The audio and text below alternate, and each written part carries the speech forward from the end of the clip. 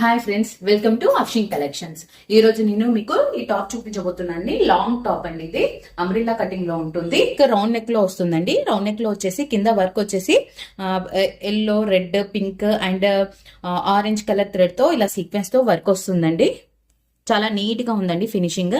And ఇలాగే side కి గోటాపత్తి Lay's వస్తుందండి. సన్నగా 2 సైడ్స్ లో ఇలా వస్తుంది లేస్, గోటాపత్తి లేస్. అండ్ టాప్ మొత్తం ఇలా ప్రింట్ వస్తుందండి.